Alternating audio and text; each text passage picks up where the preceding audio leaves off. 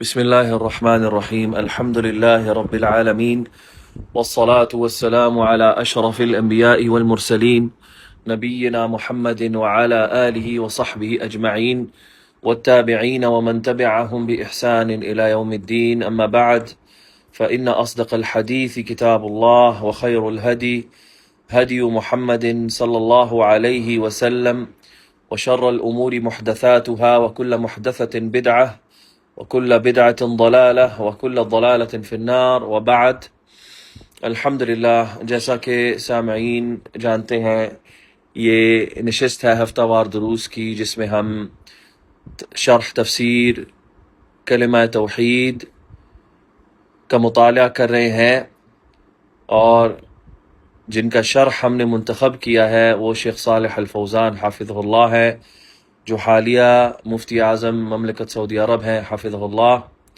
اور پچھلی نشست میں جس مقام پر ہم رکے تھے، اس میں شیخ نے جو مختلف غلط مفہوم ہیں کلمہ توحید لا الہ الا اللہ کے، اور پھر جو صحیح مفہوم ہے اہل سنت والجماعت اہل الحدیث والاثر کے ہاں، اس کا بیان کیا تھا. تو آج کی نشست کا آغاز کرتے ہیں اللہ کی توفیق سے. مصنف یعنی کہ شیخ محمد بن عبد الوہاب رحمہ اللہ فرماتے ہیں، تو جان لو کہ یہی وہ الوہیت ہے جسے عوام الناس ہمارے زمانے میں راز اور ولایت کا نام دیتے ہیں، اور ان عوام الناس کے ہاں الہ کا معنی ہے وہ ولی جس میں راز ہوتا ہے، جس میں راز چھپا ہوتا ہے، اور اسی کو وہ نام دیتے ہیں فقیر کا یا شیخ کا. تو اس کی تشریح کرتے ہوئے شارح حافظہ اللہ فرماتے ہیں، اس کا یہ مطلب ہے کہ وہ ایسے شخص کے بارے میں ولایت کا عقیدہ رکھتے ہیں، اور وہ یہ کہتے ہیں کہ یہ جو ولی ہے اس میں راز ہے، چھپا ہوا ہے، اور اس میں ولایت پائی جاتی ہے. یعنی وہ کیا راز ہے اس کا آگے مفہوم آئے گا کہ کیا راز، کس راز کا عقیدہ رکھتے ہیں وہ اپنے ولی پیر فقیر کے بارے میں، اور اس ولایت سے وہ کیا مراد لیتے ہیں، کیا مفہوم لیتے ہیں. تو وہ اس کے ہاں قربت حاصل کرنے کے لیے ذبح کرتے ہیں، قربانی چڑھاتے ہیں، نظر و نیاز کرتے ہیں، اور اس سے پکارتے ہیں اور اس سے مدد طلب کرتے ہیں، کیونکہ وہ یہ عقیدہ رکھتے ہیں کہ اس میں راز پایا جاتا ہے اور اس میں ولایت پائی جاتی ہے. اور جو الہ ہے ان کے ہاں، جو دوسرا فقرہ تھا اس کا، کہ اس سے مراد وہ ولی لیتے ہیں جس میں راز پایا جاتا ہے، اور اسے ہی یہ فقیر اور شیخ کا نام دیتے ہیں. تو اس کی تشریح میں شیخ صالح حافظہ اللہ فرماتے ہیں کہ جو صوفی لوگ ہیں وہ اپنے عبادت گزاروں کو شیخ کہتے ہیں، یعنی شیخ الطریقہ. آپ نے سنا ہوگا عموماً یہ چیز کہ فلاں طریقے کا شیخ، نقشبندی طریقے کا شیخ یا پیر یا ولی یا فقیر، یہ سارے وہ نام دیتے ہیں. یعنی کہ یہ اس طریقے کا شیخ ہوتا ہے، صوفی طریقے کا، جس سے وہ اپنا دین حاصل کرتے ہیں، اور جس سے وہ اپنا دین حاصل کرتے ہیں وہ ان کی طریقت کا شیخ ہوتا ہے، جسے وہ اور جو شخص اس طریقت کے شیخ سے اپنا دین حاصل کرتا ہے اسے یہ کہتے ہیں مرید. یعنی یہ جو پیری مریدی ہے یہ شیخ محمد بن عبد الوہاب کے زمانے میں جزیرہ عرب میں عام تھی کہ اس وقت بھی وہاں پر اسی طرح قبریں ہوتی تھی ولیوں کی، پیروں کی، اور وہاں پر مزار ہوتے، قبے ہوتے، جہاں کے ان مزاروں کے جو ہے وہ والی ہوتے، اور ان کی عقیدت رکھنے والے جو ہیں مرید ہوتے تھے.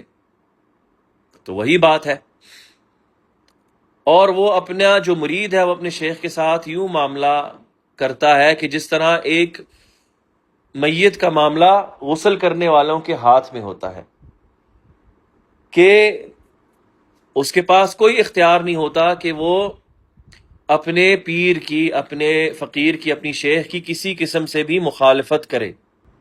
نعم. مزید آگے مصنف رحمہ اللہ فرماتے ہیں، اور عامت الناس جو ہے، جو عام طبقہ ہے لوگوں کا، وہ انہیں کیا کہتا ہے؟ سید، یا اس طرح کے دیگر جو نام ہیں، ان ناموں سے انہیں پکارا جاتا ہے۔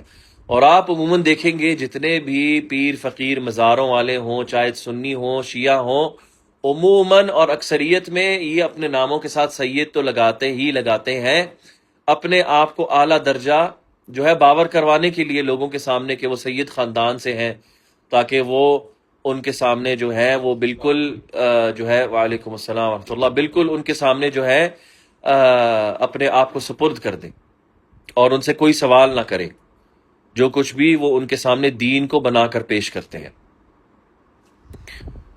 تو شیخ صالح حافظ اللہ فرماتے ہیں،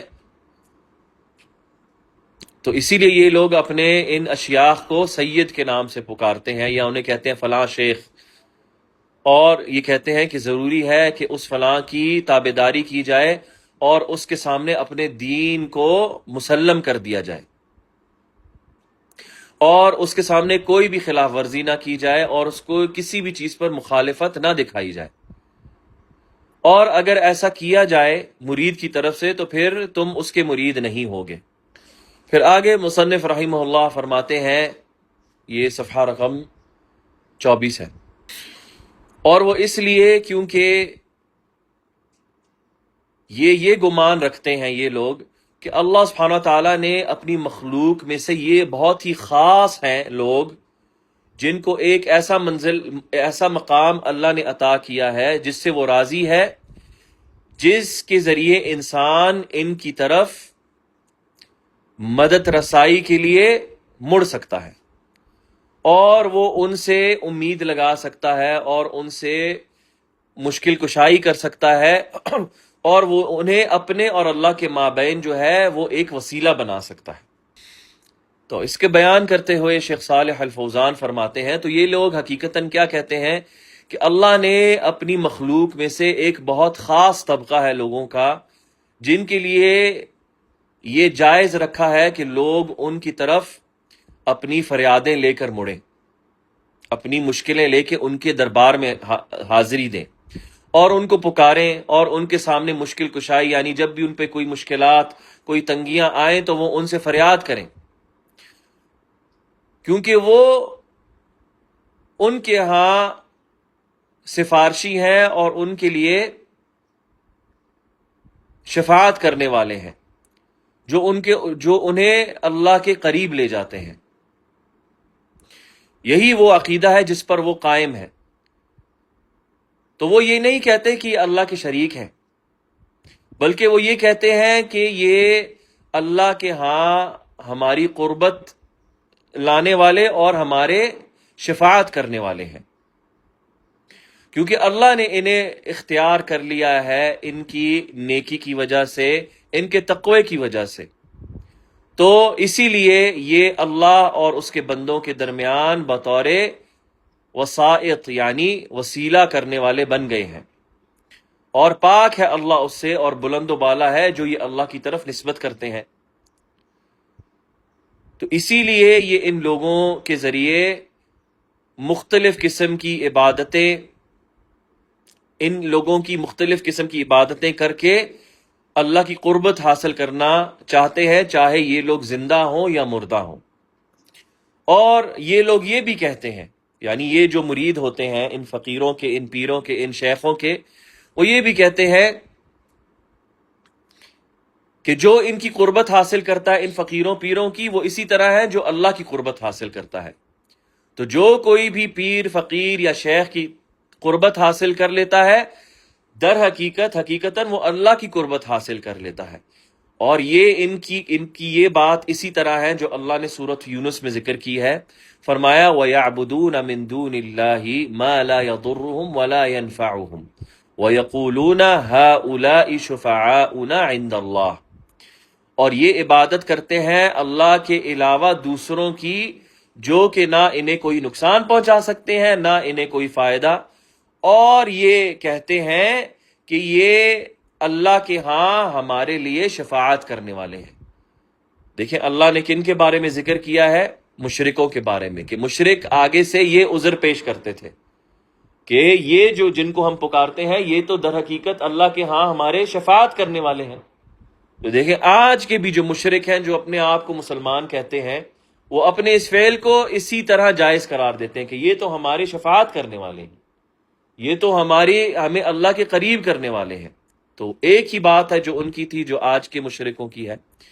تو شیخ فرماتے ہیں اصل میں شیطان جو ہے وہ ان کے ساتھ کھلواڑ کرتا ہے، ان کے ساتھ کھیلتا ہے اس درجے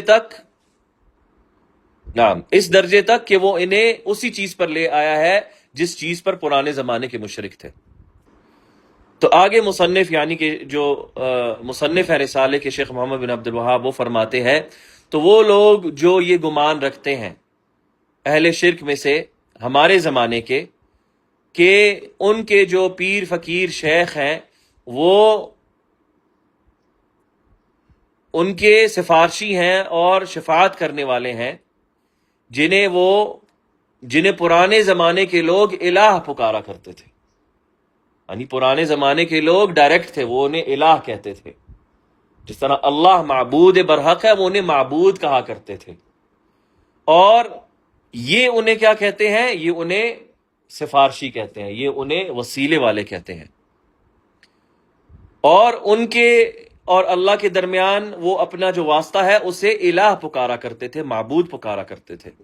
تو شیخ فرماتے ہیں اس کے بیان میں کہ جو پرانے زمانے کے مشرک تھے وہ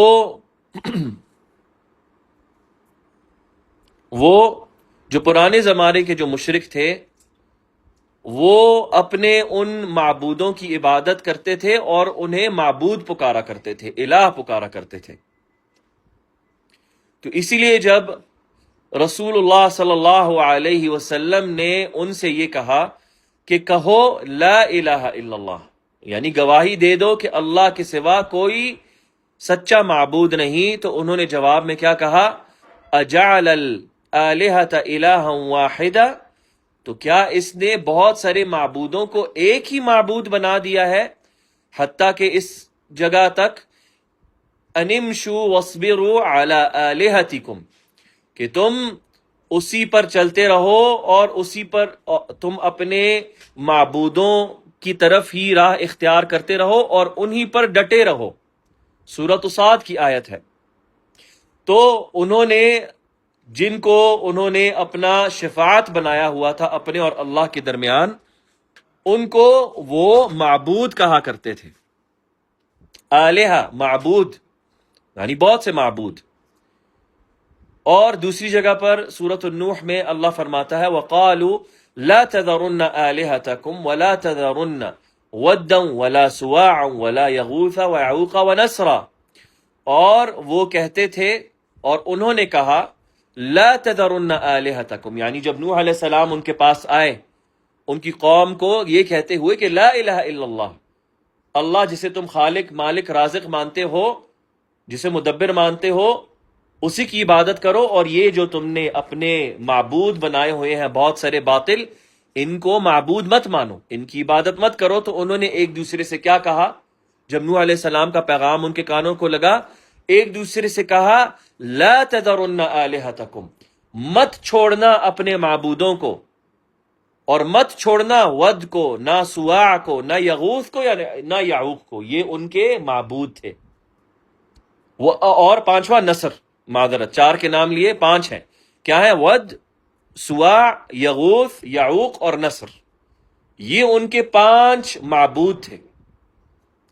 انہوں نے کیا کہا؟ اپنے معبودوں کو مت ترک کرنا، اور پھر ان کا نام لیا، مطلب قطعاً تم نے ان کو ترک کیا نوح کی اس دعوت پر. تو شیخ صالح الفوزان کیا کہتے ہیں کہ یہ جو پرانے مشرک تھے پرانے زمانوں کے، نوح علیہ السلام کی قوم کے، پھر اس کے بعد ابراہیم علیہ السلام کی قوم کے، پھر اس کے بعد نبی صلی اللہ علیہ وسلم کی قوم کے، وہ کیا پکارتے تھے؟ ان وسیلوں کو، اپنے ان نیکوکار بندوں کو، ان پیروں کو، فقیروں کو، شیخوں کو کیا پکارتے تھے؟ آلہہ، معبودات. واضح کہا کرتے تھے یہ ہمارے معبود ہیں. اور بعد میں آنے والے جو مشرک ہیں، یعنی ہمارے زمانے کے، جس زمانے میں شیخ محمد بن عبد الوہاب اپنا یہ رسالہ لکھ رہے ہیں، جو اپنی نسبت دین اسلام کی طرف کرتے ہیں، وہ انہیں کیا کہتے ہیں؟ یہ ہمارا واسطہ ہے اللہ اور ہمارے درمیان، یہ ہمارے شفاعت کرنے والے ہیں، یہ ہمارے سفارشی ہیں. صحیح؟ انہیں معبود کا نام نہیں دیتے. صحیح؟ لیکن معنی ایک ہی ہے، چاہے لفظوں کا اختلاف کیوں نہ ہو. صحیح؟ تو عبرت کیا ہے؟ عبرت کیا ہے؟ حقائق میں ہے کہ معاملہ کیا برتا جا رہا ہے ان کے ساتھ. اور عبرت اس میں نہیں کہ اصطلاحات اور الفاظ کا اختلاف ہے. یہ کہتے نہیں ہم تو انہیں معبود نہیں کہتے، وہ ان کو معبود کہا کرتے تھے، لیکن تمہارا فعل ان کے ساتھ کیا ہے؟ وہی فعل ہے جو وہ کیا کرتے تھے. صحیح؟ تو آپ الفاظ کو اور اصطلاحات کو تبدیل کر دیں، لیکن وہ حقائق کو تبدیل نہیں کرتا. حقیقت وہی رہتی ہے کہ جس طرح وہ انہیں اپنی مشکل کشائی کے لیے پکارتے تھے، تم بھی انہیں مشکل کشائی کے لیے پکارتے ہو. جس طرح وہ ایسی چیزوں میں ان کو پکارتے تھے جس پر قدرت صرف خالق رکھتا ہے، تم بھی اسی طرح ان چیزوں میں پکارتے ہو. تو حقیقت ایک ہی ہے، چاہے تم انہیں الفاظ کے کھلواڑ میں کیوں نہ الجھا دو، حقیقت وہی رہتی ہے. پھر آگے مصنف رحمہ اللہ فرماتے ہیں مزید، شیخ محمد بن عبد الوہاب، تو اگر کوئی شخص یہ کہے لا الہ الا اللہ، تو پھر اس سے جتنے بھی واسطے ہیں، جتنے بھی وسیلے ہیں، وہ سارے کے سارے باطل ہو جاتے ہیں. سارے کے سارے باطل. یعنی کیا مطلب ہے؟ کیوں ذکر کر رہے ہیں؟ کیونکہ جب پیغمبر آئے اپنی ان قوموں کے پاس اور انہیں کہا کہ لا الہ الا اللہ کہو، تو انہوں نے کیوں انکار کیا لا الہ الا اللہ کہنے سے؟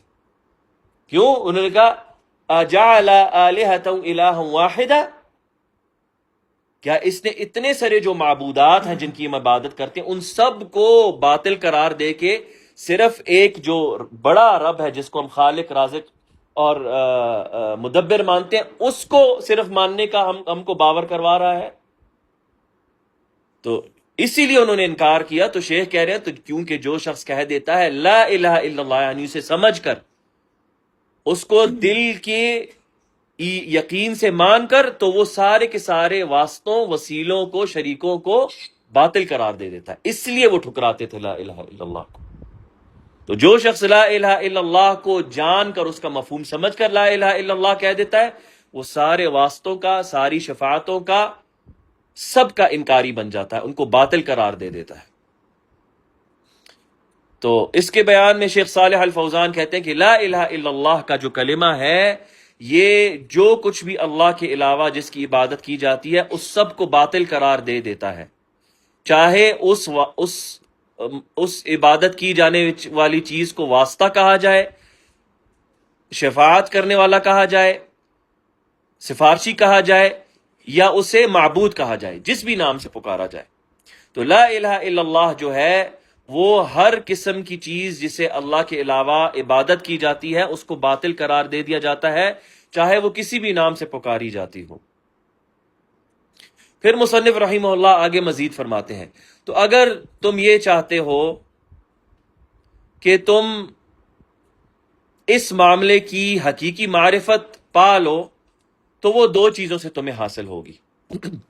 سب سے پہلی الاول، کہ تم یہ جان لو کہ وہ کفار جن سے رسول اللہ صلی اللہ علیہ وآلہ وسلم نے قتال کیا، جن سے لڑے اور جن کو قتل کیا، یعنی جنگ میں، جہاد میں، اور ان کی مال و دولت کو حلال قرار دیا اور ان کی عورتوں کو حلال قرار دیا، یعنی باندی بنانے کے لیے ان مشرکوں کی، کہ وہ اس چیز کا اقرار کیا کرتے تھے کہ اللہ سبحانہ و تعالی ہی اکیلا خالق ہے، یعنی وہ توحید ربوبیت کا اقرار کیا کرتے تھے. جو ابو لہب تھا، ابو جہل تھا، عتبہ عتیبہ جو تھے، اس سے پہلے ابراہیم علیہ السلام کی قوم میں جو ان کے بڑے تھے، نوح علیہ السلام کی قوموں کے جو بڑے تھے، عاد ثمود کی قوموں کے جو بڑے تھے، جتنی بھی قومیں تھیں جو شرک میں ملوث ہوئیں، جنہیں اللہ نے کفر کے نام سے پکارا، وہ سب توحید ربوبیت کا اقرار کیا کرتے تھے، وہ سب کے سب. اور وہ کیا ہے توحید ربوبیت کا اقرار؟ کہ وہ مانتے تھے کہ اللہ اکیلا ہی خالق ہے، اللہ کے ساتھ کوئی اس کی خلق تخلیق میں شریک نہیں. اللہ اکیلا رزق دینے والا ہے، کوئی اور رزق عطا نہیں دے سکتا، یعنی آسمان سے بارش کوئی نہیں برسا سکتا سوائے اللہ کے، زمین سے ہریالی کوئی نہیں اگا سکتا سوائے اللہ کے. ولا یحیی، اور کوئی زندگی نہیں دے سکتا سوائے اللہ کے، اور کوئی موت نہیں دے سکتا سوائے اللہ کے، اور کوئی پورے کائنات کی تدبیر نہیں کر سکتا سوائے اللہ وحدہ کے۔ وہ یہ مانتے تھے سب کے سب۔ اور اس کی دلیل کیا ہے؟ اللہ سبحانہ وتعالیٰ نے سورۃ یونس میں فرمایا ہے قل من یرزقکم من السماء والارض، کہ کہہ دیجئے ان سے اے پیغمبر، یہ جو مشرک ہیں آپ کے سامنے، جو آپ کی قوم ہے، جو مشرک قوم ہے قریش کی، ان سے کہیے کون ہے جو تمہیں آسمان اور زمین سے رزق فراہم کرتا ہے؟ امن یملک السمع والابصار، یا کون ہے جو مالک ہے سننے اور دیکھنے کی طاقت کا؟ ومن یخرج الحی من المیت ویخرج المیت من الحی، اور کون ہے جو زندہ کرتا ہے مردہ میں سے اور مردہ کرتا ہے زندہ کو؟ وَمَن يُدَبِّرُ الْأَمْرَ، اور کون ہے جو پورے معاملے کو چلا رہا ہے، یعنی کائنات کو چلا رہا ہے، دن اور رات کی تبدیلی کو، موسموں کی تبدیلی کو، صحیح؟ کون ہے یہ جو سارا معاملہ چلا رہا ہے؟ فَسَيَقُولُونَ اللہ، تو یہ آپ سے کہیں گے بے شک اللہ۔ فَقُلْ أَفَلَا تَتَّقُونَ، تو پھر ان سے کہیے کیا تم ڈرتے نہیں؟ یعنی کیا تم ڈرتے نہیں جب اللہ ہی کو مانتے ہو کہ وہ اکیلا ہے ان سارے معاملات میں، تو پھر اس کے ساتھ کیوں دوسروں کی عبادت کرتے ہو؟ اس کی عبادت میں دوسروں کو کیوں شریک کرتے ہو؟ کیوں تقوی اختیار نہیں کرتے؟ تو یہ جو مسئلہ ہے، مصنف آگے فرماتے ہیں کہ بہت ہی عظیم اور جلیل القدر اہم مسئلہ ہے، اور وہ یہ ہے کہ تم یہ جان لو کہ جو کفار جن سے رسول اللہ صلی اللہ علیہ وسلم نے جنگ لڑی وہ اس چیز کی گواہی دیتے تھے اور اس کا اقرار کیا کرتے تھے، لیکن اس سب کے باوجود وہ اسلام میں داخل نہ ہوئے۔ اس سب کو ماننے کے باوجود وہ مسلمان نہ تھے، اور ان کے خون حرام نہ قرار دیے گئے، اور ان کے مال و دولت حرام قرار نہ دیے گئے، اور اس کے ساتھ ساتھ وہ صدقہ خیرات بھی کیا کرتے تھے، وہ حج اور عمرے پہ بھی جایا کرتے تھے، اور وہ مختلف قسم کی عبادتوں سے اللہ کی عبادت بھی کیا کرتے تھے، اور وہ بہت ساری حرام کردہ چیزوں کو ترک بھی کیا کرتے تھے اللہ سے ڈرتے ہوئے۔ یہ سب سے پہلا معاملہ ہے۔ شیخ محمد بن عبد الوہاب نے جو کہا ہے کہ اگر تم نے یہ معاملہ سمجھنا ہے تو ان دو چیزوں کی معرفت تمہارے لیے ضروری ہے۔ سب سے پہلا یہ معاملہ ہے، اور وہ کیا معاملہ ہے کہ وہ مشرک بھی توحید ربوبیت کا اقرار کیا کرتے تھے، اور توحید ربوبیت کے ساتھ ساتھ بہت ساری اللہ کی عبادتیں جو خاص ہیں اللہ کے لیے کیا کرتے تھے، اور بہت ساری چیزیں جو گناہ ہیں ان سے بھی ڈرا کرتے تھے۔ صحیح، یہ پہلا معاملہ ہے۔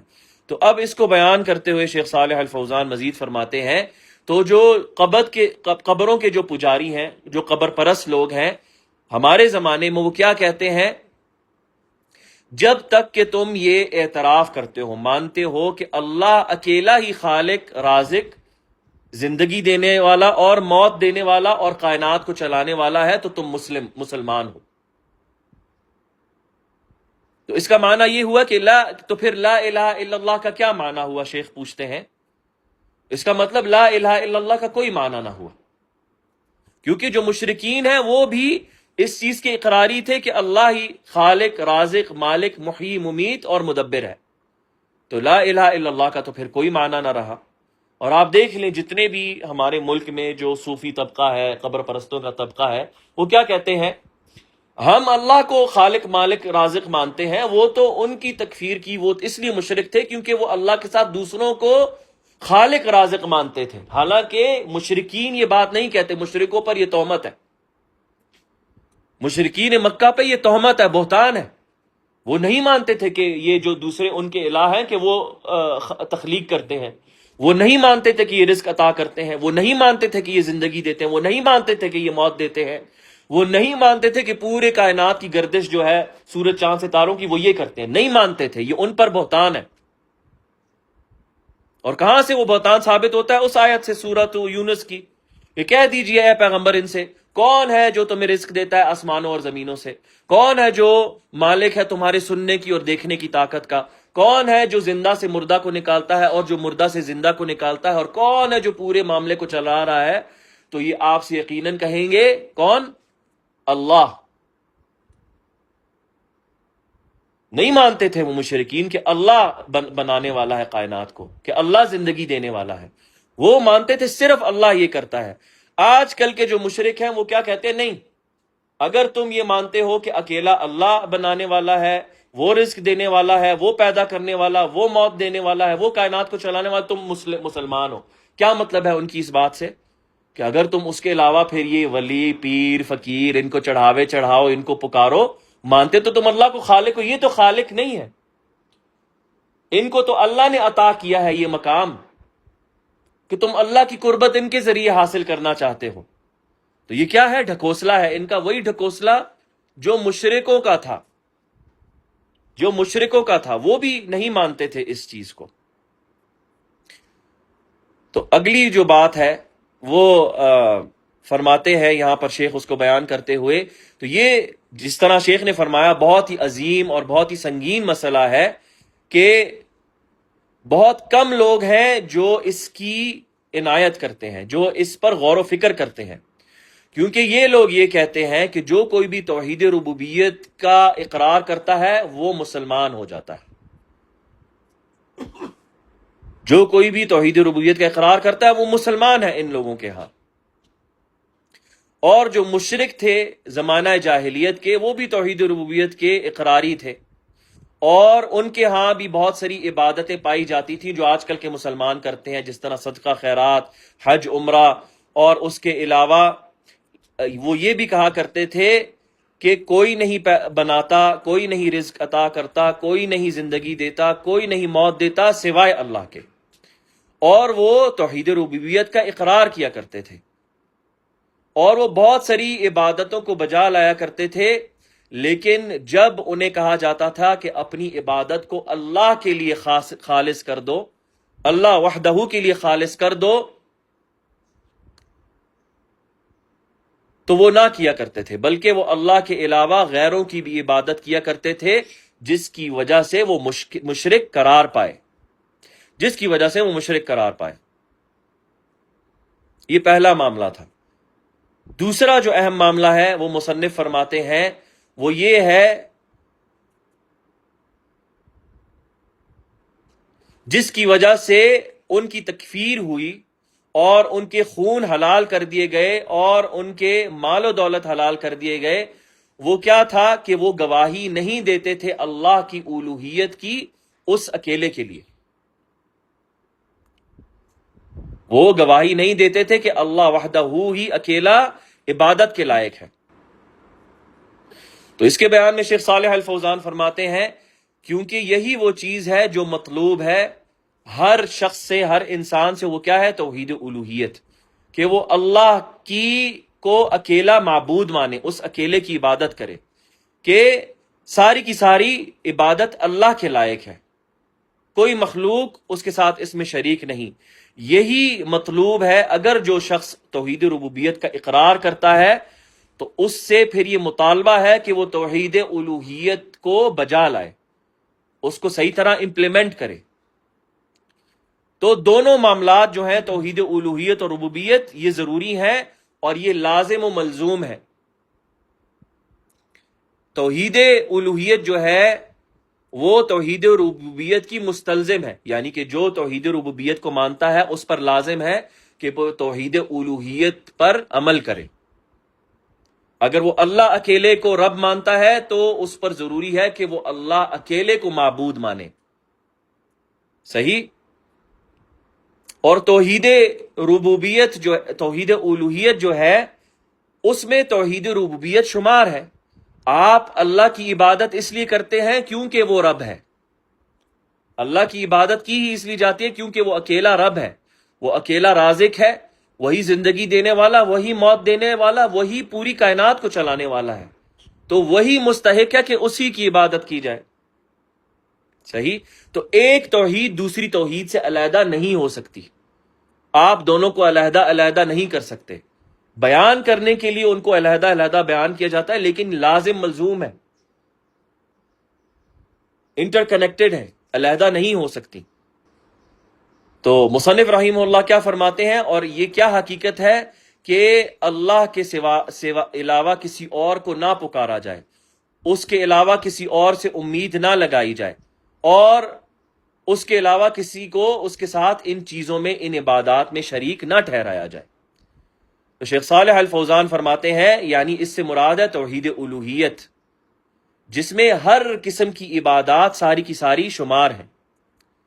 تو غیر اللہ کے لیے ان عبادات میں سے کوئی حصہ کسی اور مخلوق کا نہیں دیا جا سکتا، کیونکہ وہی اکیلا مستحق ہے ان ساری عبادات کا۔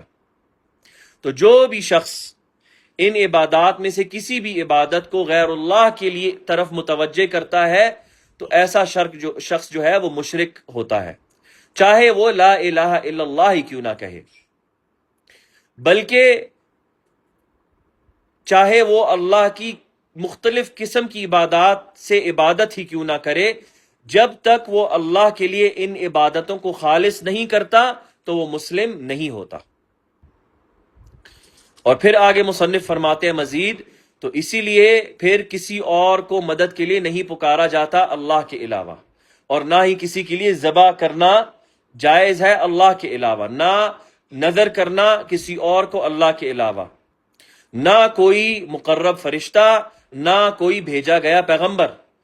تو جو کوئی بھی استغاثت کرتا ہے اللہ کے علاوہ کسی اور کی تو وہ کفر کرتا ہے، جو کوئی بھی اللہ کے علاوہ کسی اور کے نام کا ذبح کرتا ہے تو وہ کفر کرتا ہے، جو کوئی بھی اللہ کے علاوہ کسی اور کی نظر مانگتا ہے تو وہ کفر کرتا ہے، اور اسی طرح ساری عبادات ہیں اس میں آتی ہیں۔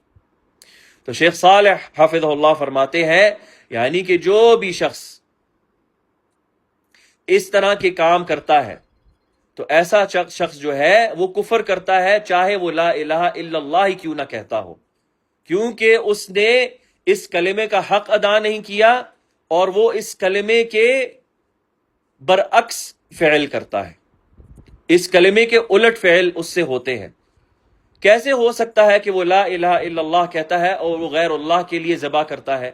کیسے ہو سکتا ہے کہ وہ لا الہ الا اللہ کہتا ہے لیکن وہ اللہ کے علاوہ کسی اور کو مدد کے لیے پکارتا ہے، چاہے وہ مردہ میں سے ہو یا چاہے وہ غائب لوگوں میں سے ہو، جنوں میں سے ہو، شیطانوں میں سے ہو، جو بھی ہو؟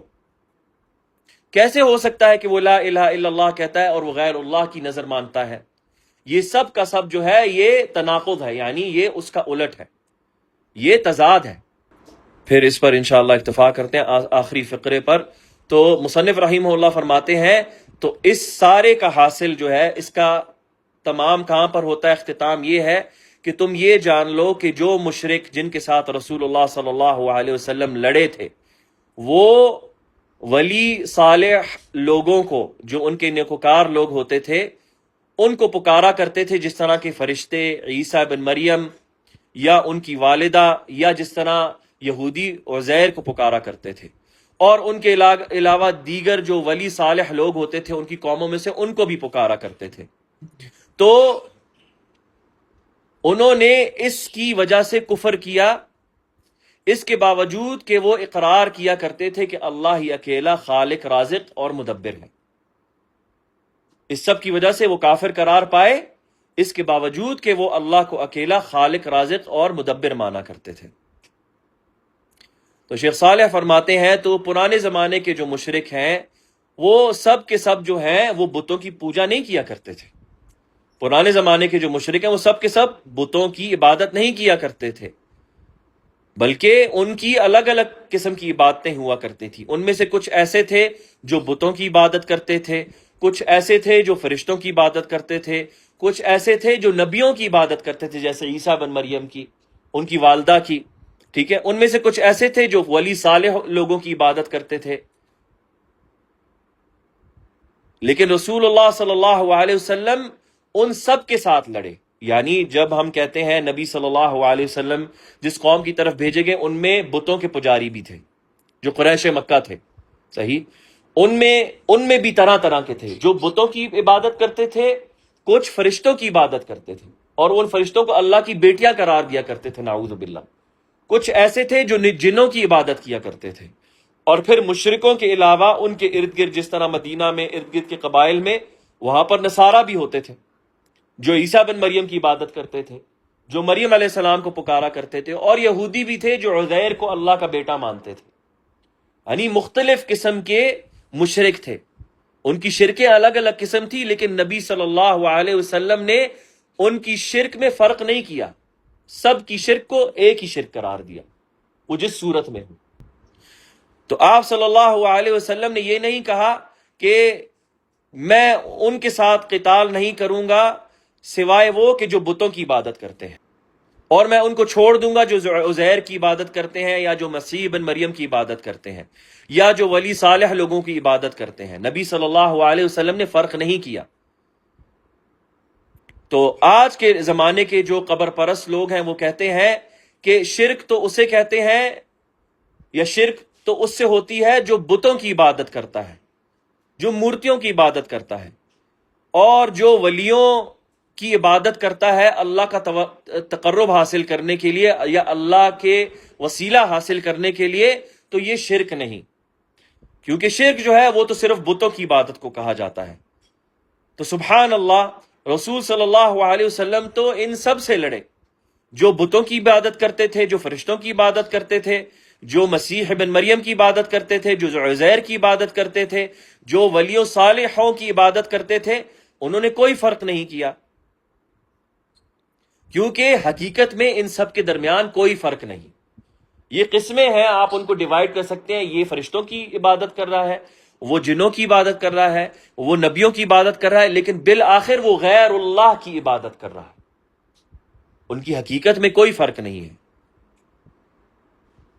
نعم، اور انشاءاللہ اسی پر اکتفا کرتے ہیں۔ اللہ سبحانہ وتعالیٰ نے چاہا تو اگلے ہفتے جو مزید آگے رسالے کا جو متممہ ہے، اس کا اتمام ہے، وہ پڑھیں گے بإذن اللہ۔ بارک اللہ فیکم۔ کوئی سوال؟ اچھا سوال ہے، بلکہ یہ سوال ان سے بنتا ہے ان سے کرنا چاہیے۔ بھائی کا سوال ہے کہ جو پھر یہ جو قبر پرست قسم کے لوگ ہیں، جو غالی صوفی لوگ ہیں، جو اللہ کے علاوہ مزاروں پر جا کے چڑھاوے چڑھانا، یہ سارے، کہ یہ جو لوگ ہیں اس قسم کے، کہ یہ پھر کس طرح عیسائیوں کو اور یہودیوں کو کس کرائیٹیریا پہ مشرک قرار دیتے ہیں؟ یہ کیا ہے، لازمی سوال بنتا ہے ان پر کہ وہ کس طرح پھر مشرک ہو گئے۔ وہ بھی عیسیٰ بن مریم کو خالق نہیں مانتے۔ جو تثلیث کا عقیدہ ہے، ٹرینٹی کا جو عقیدہ ہے، جو اکثر جو عیسائیت کا عقیدہ ہے کہ وہ مانتے ہیں God father and the holy ghost یا دا ہولی اسپرٹ، ٹھیک ہے۔ اور جو کیتھولک ہیں، جو دوسرا بڑا فرقہ ہے ان کا، ٹھیک ہے، جو رومانی جنہیں کہلایا جاتا ہے، وہ کہتے ہیں باپ، ماں اور بیٹا، یا نہیں، ہاں باپ، ماں اور بیٹا، صحیح، دونوں طریقے سے۔ وہ جو باپ، جسے باپ کہتے ہیں، اسے ہی خالق مانتے ہیں، اسے ہی رازق مانتے ہیں، اسے ہی کائنات کو چلانے والا مانتے ہیں۔ وہ ماں اور بیٹے کو یا روح قدس کو اس میں شمار نہیں کرتے، صحیح، وہ بھی کہتے ہیں، لیکن وہ ان کی بات کہتے ہیں کہ یہ جو باپ ہے اس کی پاس لے جانے والے ہیں، اور وہ ساتھ اپنا یہ عقیدہ بھی رائج کرتے ہیں کہ باپ نے خود کہا ہے کہ ان کے ذریعے مجھ سے مانگو، جس طرح یہ لوگ کہتے ہیں۔ تو ان کے پاس بھی کوئی جواز نہیں ہے اصل میں۔ اگر وہ ان کو ان معاملات پر عیسائی اور نصرانی اور ان کو کافر مانتے ہیں، تو اسی بنیاد پر یہ خود اپنی تکفیر کرتے ہیں۔ حقیقتاً ان کے پاس کوئی کرائیٹیریا نہیں ہے۔ بارک اللہ فی۔ یہاں پر کچھ سوال ہیں۔ السلام علیکم ورحمۃ اللہ وبرکاتہ۔ وعلیکم السلام ورحمۃ اللہ۔ میرا سوال یہ ہے کہ میں ایک حنفی مسجد میں نماز پڑھتا ہوں، لیکن اس مسجد کی جو کمیٹی ہے وہ غیر اللہ کے لیے ذبح کرتے ہیں، لاؤڈ سپیکرز پہ اعلان کر کے اس مسجد میں نماز پڑھنے کا کیا حکم ہے؟ اور بھی بہت سارے بدعات ان لوگوں میں پائی جاتی ہیں۔ جب تک آپ یہ کہہ رہے ہیں کہ وہ غیر اللہ کے لیے ذبح کرتے ہیں، تو پھر وہ شرک میں ملوث ہوتے ہیں، صحیح۔ جب تک وہ غیر اللہ کے لیے ذبح کرتے ہیں، غیر اللہ کے نام پر، تو اس کے جو کمیٹی ممبرز ہیں، آپ نے کہا ہے، یعنی اس کی جو انتظامیہ ہے وہ یہ کرتے ہیں، یعنی انہی کی مسجد ہے، تو پھر وہ شرک میں ملوث ہوتے ہیں۔ ایسے لوگوں کے پیچھے جو ہے علماء، ہمارا جو علماء کا فتویٰ ہے، لجنت الدائمہ، شیخ بن باز، شیخ ابن عثیمین، شیخ البانی، شیخ عبداللہ الغدیان، اور اس کے علاوہ بھی شیخ صالح الفوزان جو حالیہ موجود ہیں، شیخ صالح الوحیدان، جتنے بھی جو ہمارے علماء ہیں، ان سب کا فتویٰ ہے کہ ایسے لوگ جو شرک اکبر میں ملوث ہوتے ہیں، ان کے پیچھے نماز نہیں پڑھی جائے گی۔ ان کی مسجدوں میں جا کر ان کے پیچھے نماز نہیں پڑھی جائے گی. بارک اللہ فیکم. دوسرا سوال یہ ہے کیا اجتہاد ہے تقلید واجب ہوتی ہے؟ سمجھ نہیں آیا سوال. یعنی یہ سمجھ آ رہا ہے آپ کے سوال سے کہ کیا اجتہاد کرنا چاہیے یا تقلید کرنا واجب ہے؟ کیا یہ سوال ہے آپ کا؟ مجھے آپ کے سوال کی صحیح طرح سمجھ نہیں آئی. آپ وضاحت کر دیں نیچے چیٹ باکس میں. آگے ایک اور ہے. از دا ایشو آف نوئنگ حال of certain scholars and du'at only taken from specific scholars while taking other matters from other scholars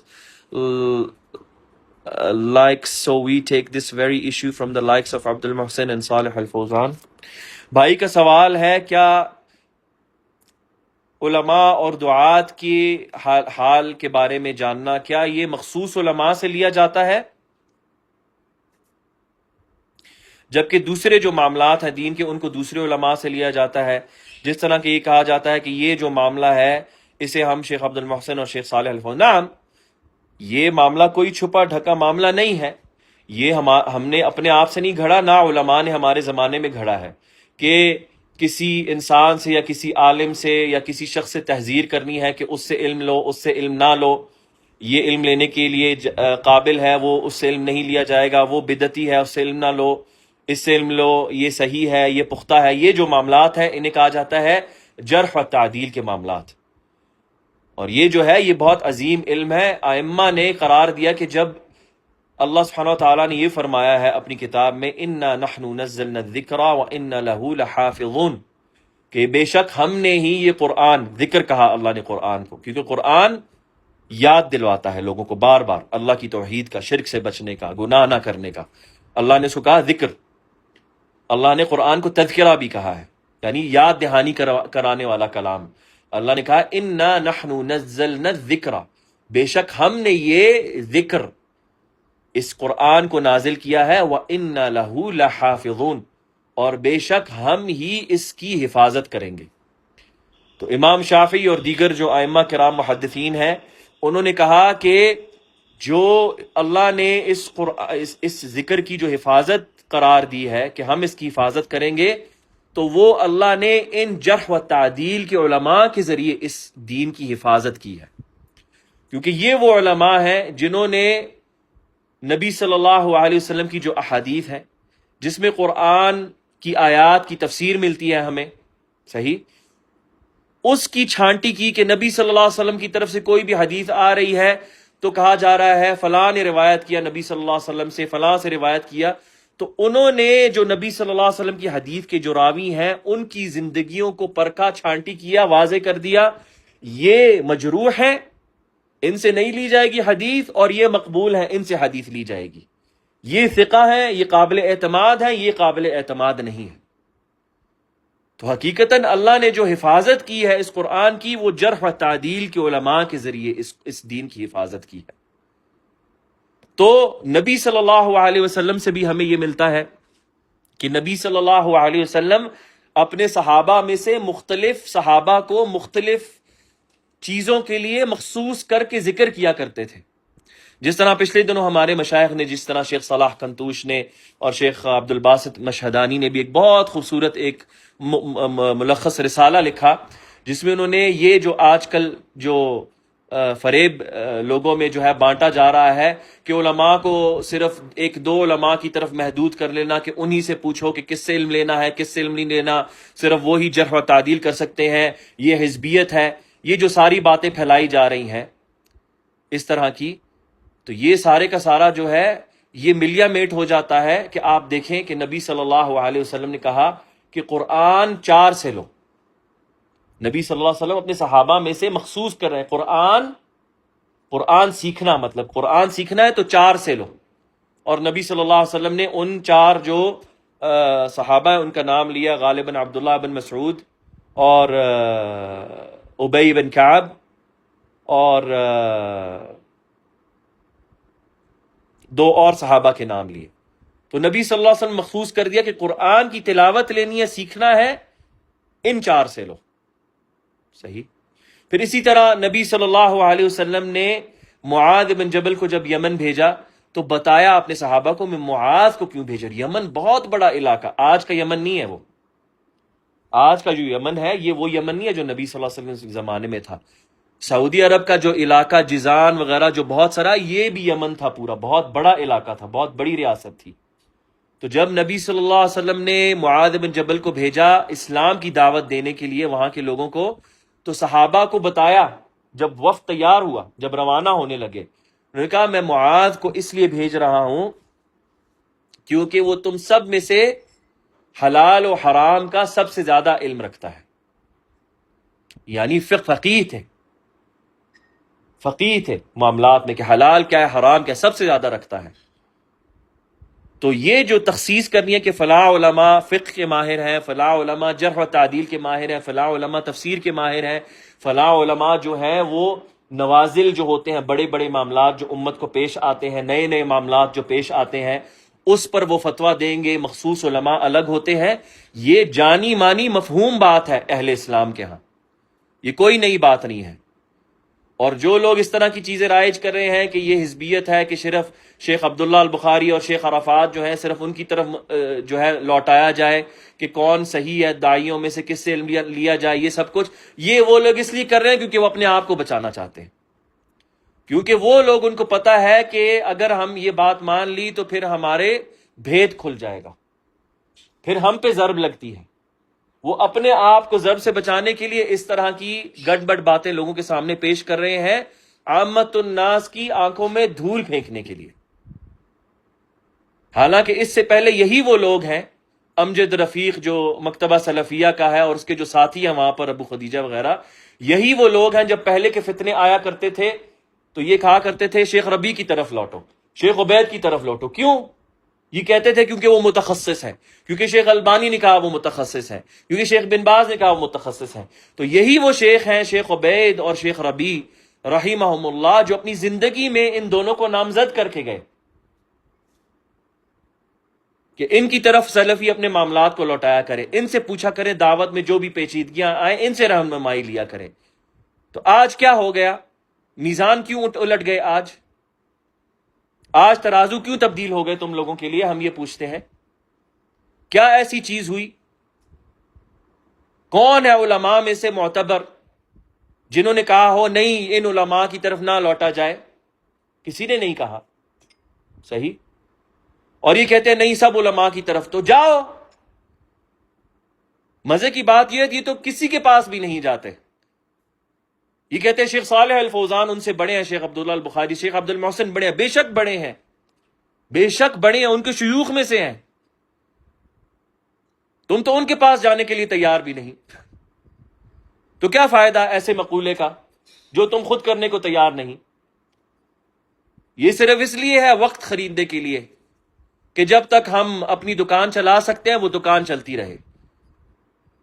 لیکن ان کو یہ پتا ہونا چاہیے کہ ٹکٹکی چل رہی ہے، ان کے خلاف چل رہی ہے. اگر وہ اپنے یہ طور طریقے نہیں تبدیل کرتے، دکان ایک دن ٹھپ ہونے والی ہے اگر یہاں سے توبہ تائب نہ ہوئے.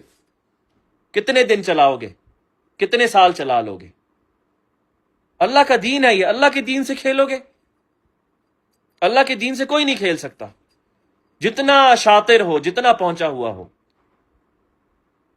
یہ کس کھیت کی مولیاں؟ ان سے پہلے جو آئے، محمد بن ہادی آیا، علی الحلبی آیا، اس سے پہلے اور دیگر آئے، یہ کہتے ہیں ہماری 30 سال کی خدمت ہے، ہم 30 سال سے دعوت ہے. وہ 50 سال سے دعوت میں تھے.